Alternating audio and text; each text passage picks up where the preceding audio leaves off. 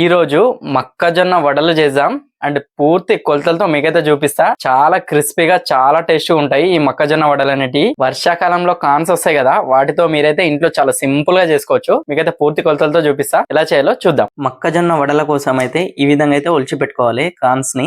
ఇదైతే మిక్సీ పట్టుకుందాం, కొంచెం మెచ్చిపచ్చి బరకగా పట్టుకుందాము.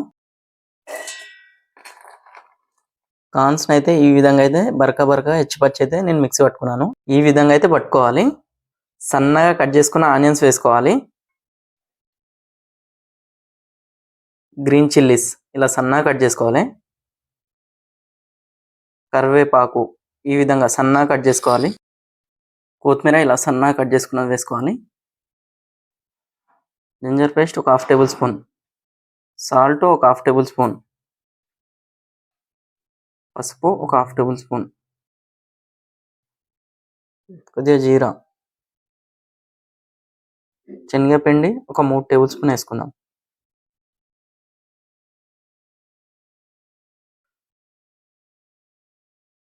బియ్యం పిండి ఒక టేబుల్ స్పూన్. దీన్ని మంచిగా కలుపుదాం. దీంట్లో అయితే మనం వాటర్ పోసుకోవద్దు, ఈ విధంగా పొడి పొడిగానే ఉండాలి.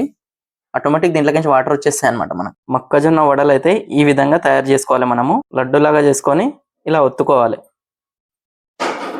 సింపుల్ ఇంతే.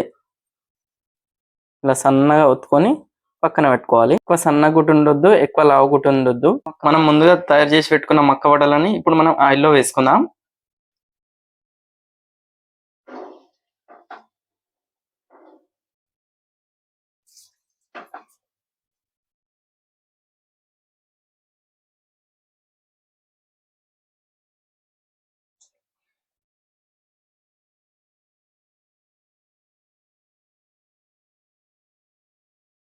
ఒక 2 మినిట్స్ అయితే హై ఫ్లేమ్ లో పెట్టుకొని దాని తర్వాత స్లో ఫ్లేమ్ లో చేసుకోవాలి గ్యాస్ ని.